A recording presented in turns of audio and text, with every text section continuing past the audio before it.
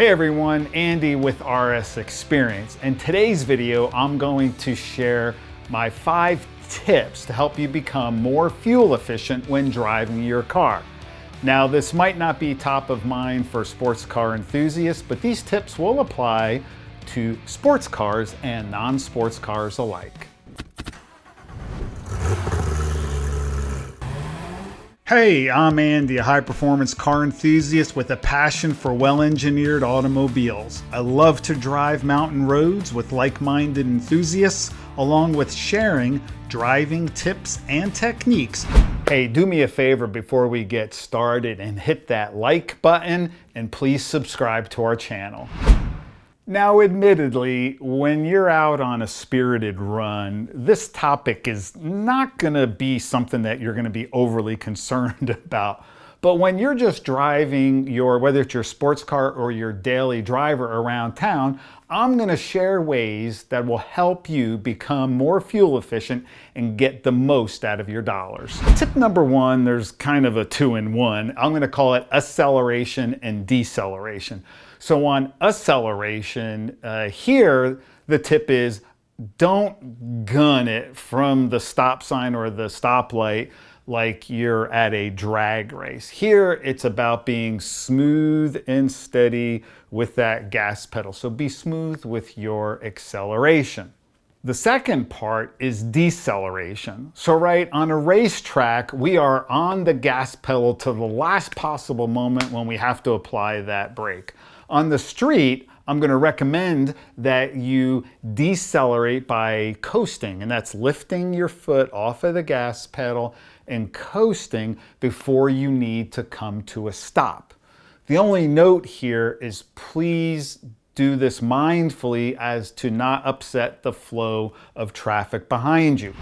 Number 2 is going to be speed. So maintain a steady speed. Avoid those bursts of gunning it and then backing off, gunning it, backing off. Yes, Andy, you are guilty of that because you do that when you want to hear the sound of your engine. But yes, in this case here, I'm saying to save your fuel, don't do that. Maintain a steady speed. Leverage cruise control when you can. Number 3 is weight. No, I'm not telling you to go on a diet, but I am telling your car to go on a diet. So your car is not a storage shed. It's not your basement or your cellar. So get that extra crap out of your car. So that means get the stuff out of the inside of the car, stuff that's in your trunk that you don't need to haul around with you all the time. Bicycle racks are another guilty one. Unless you're out cycling, several times a week, take those bike racks off. But let's get our car on a little bit of a diet.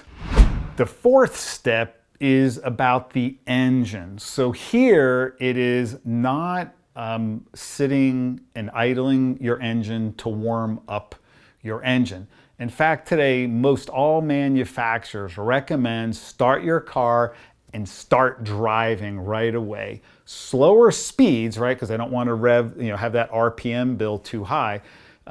Slower speeds, but get moving. Don't just sit in your driveway, wherever, just idling that engine. What we're trying to do and warm up the engine, right, is we're trying to get the fluids up to temperature, but more importantly, we're trying to get that oil circulating throughout the engine and getting the oil warmed up. But do this by driving away. Also, when you are going to be idling, I'm going to say for more than a minute or 2, turn your car off. Now, if you're like me, those auto start-stop things just annoy the bejeebers out of me, and I always turn it off. Like, I don't want to be at a traffic light, it turns off for 30 seconds, then it turns on and off and on. It's just a pain in the butt. Yeah, I know that's supposed to be all great and fantastic, but I turn it off. But if I'm going to be idling for, say, more than a minute, maybe 2 minutes, turn the car off.